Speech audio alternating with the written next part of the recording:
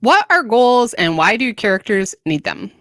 I'm Karen Beer with Right Now Editing, where we turn good manuscripts into great books. And I'm Peg Thomas, multi award winning author and editor, and we are two editors for 5 minutes. Today, we're going to talk about the first part of what every character needs, their GMC, which is goal, motivation, and conflict. It's I'm not going a to trap. start now that we're talking about goals. So, the first part of that, Peg, what is a goal and why do our characters need them? Goals are what drive us in life. Okay. We all have goals, we have things that we want to accomplish. And if we don't have goals and if our characters don't have goals, then the readers aren't going to care about them. Nobody wants to see somebody in a book, a character in a book, sitting around waiting for life to happen to them. He or her needs goals, needs aspirations, needs a reason to get up in the morning and get going, just like we do in our lives. We're not doing ourselves any good if we sit around and wait for life to happen to us either. And our characters will be very boring if that's what they do. So, Karen, tell us about some of the different types of goals your characters ought to have. I tell my authors when I'm working with them that they really should start their book with at least two types of goal because we all have multiple goals, regardless of what we're doing. And you might only think you have one goal in life, you have several, I guarantee it. Um, there are different ways to phrase these, but I just like to give people options because you're going to write your books in different ways. So one is they have a long-term and a short-term goal. So, short-term would be today I have a to-do list and I just want to get through my to-do list today, which includes getting some social media scheduled for the week. But I have a long-term to-do list, which includes finishing a manuscript this week. And by the end of the year, even longer term, editing two manuscripts. So your characters also should have long-term, short-term.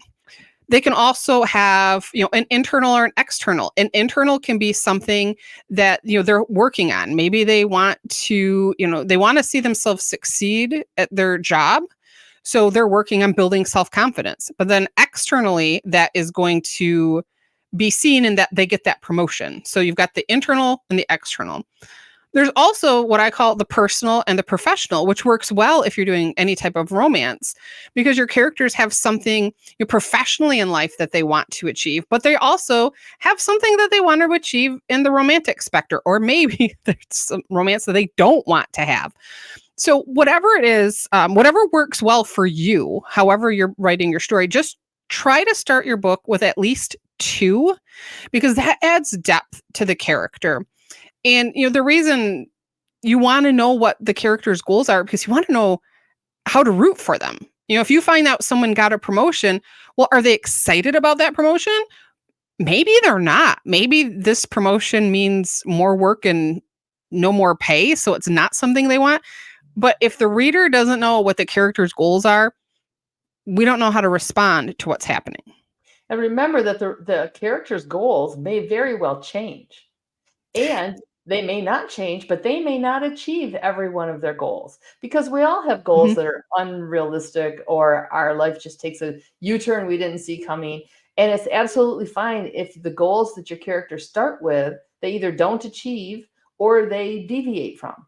That's part of the character arc, and that's perfectly acceptable. But even so, they have to have the goals to start with for the readers to connect to them and find them interesting.